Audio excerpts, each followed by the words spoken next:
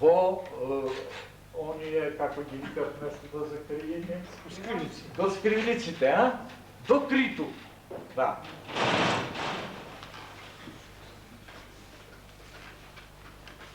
Денешната, ќе ви кажам, денешниот остров за кој турците имат претензии големи, може би и војна ќе биде островот Кипар. Грците викат дека Кипар, тоа е од Кипариси, а Кипариси е долго еднаш расте високо. Кипар на древно-македонски и древно-финикийски значи жолта земја. И навистина островот Кипар е од таква почва. И таму има еден Олимп, планина. Тоа е слично со ова што се случи во Охрид. Полемизират двајца, еден од запад, со еден наш Илиевски од Академијата на науките и барат врска меѓу Лихнида и Охрид. Да. Ако еден од двајцата знаеше што е Охра, немаше да полемизират и немаше да се претворат во схоластичари. Така. Охра е црвеница. Почва. Видите колку просто народот создава. Тоа е од памтивек. Имаме ние Голан. Место Голо, до денес. Таму живееле нашите прадедовци. Така. Таму кај што го распнале Исус Христос. Така, тоа е Голгота. Исто така.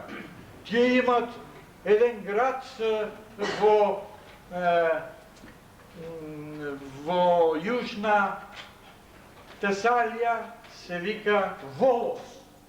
Исто така, тоа е од голо место. Германецот рече може да биде и голос, а тоа е од глас, што врска нема, истиот овој германец, но на грчки јазик голос многу лошо значи. Да. И затоа го нарекува голос. А голос значи задница. Да. Земете се вие од Пелопонес, видите, Пелопонес, Пело, ето е половина, половина.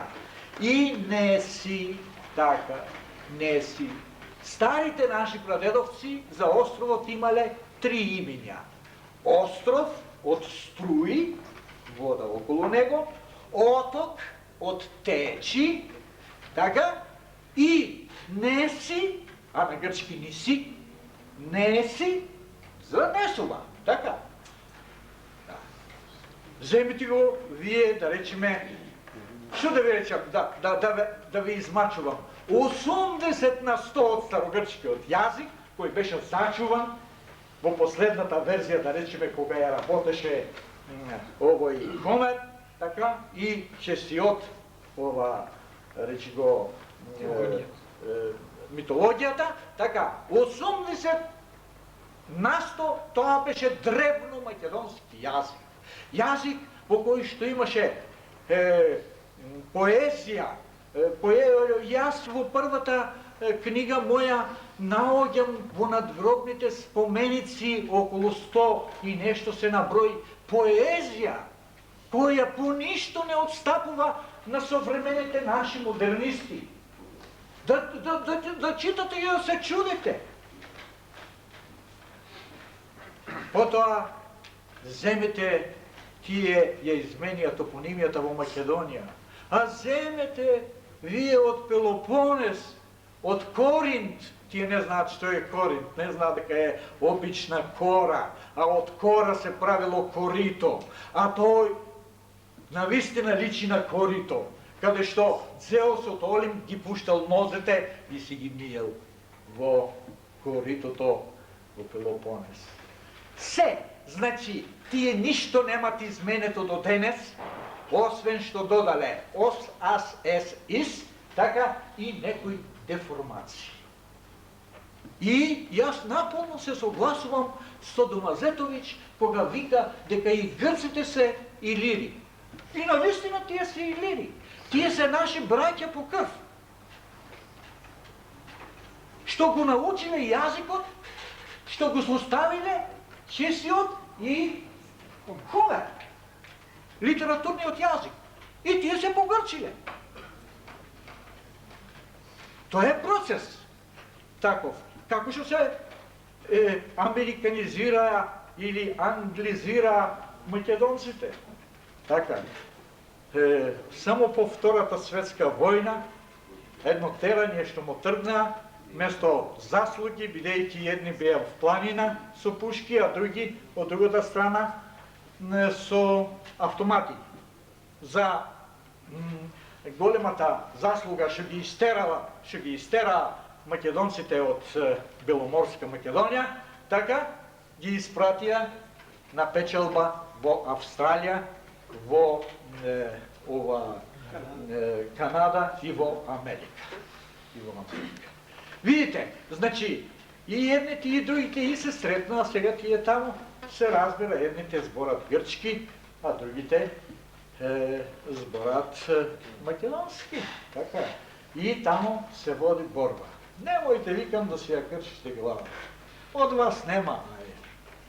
Вие дојдовте, видите вашите внуци на каков јазик зборуваат. Вашите синови го заборавиле македонскиот јазик. Значи останува ние да сториме нешто тука што останавме во оваа земја. А не да чекаме од Австралија, од Америка и од ова. Има, се разбира, пречки.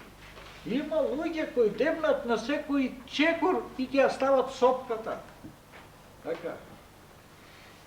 Најнов пример е мојот реферат, што ќе учитам да им кажам, ќе имавме и гости, се разбира, да им кажам за најстарата цивилизација на светот. Ако не ми верувате мене, така, вие прашајте го. Италијанецот амбасадор што го знае македонскиот јазик, имавме една средба пред една недела, останав чудо невиден, кога му реков дека знаете дека ние сме браќа по крв. Вашиот етнос е составен од етрурци, венети и покасно дојдените латинци. И затоа целата ваша топонимија има словенски корени. Да.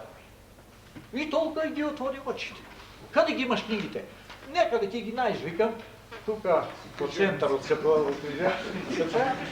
Така, викам, сакам непременно, без друго сакам да дојдеш во ова.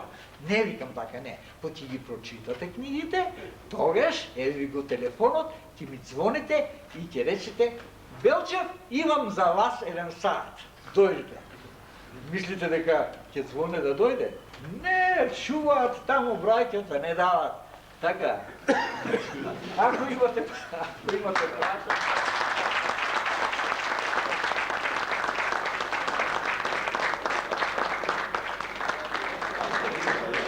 До прашања повелете господинот.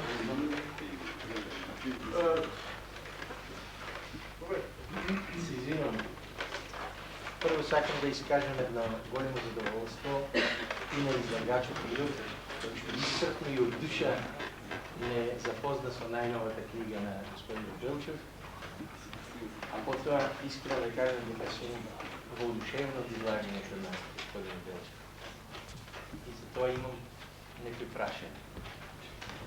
Како го тумачите тоа да обично по-нецивилизираните луѓе се наметнуват на по-цивилизираните? Пример. Аријците се наметнуват во Индија на дравидите. Во Мезопотамија акадците над сумерците. Во Македонија албанците над македонците. Тоа е едно прашање. Прво да одговорам едно по едно, молим те. Не, па не им одземам. Не, едно по едно. Треба да ги запишем. И полуслеп сум и вака, најдобро. Па, еве, тоа е многу едноставно. Така, народите што на некој начин македонците заеме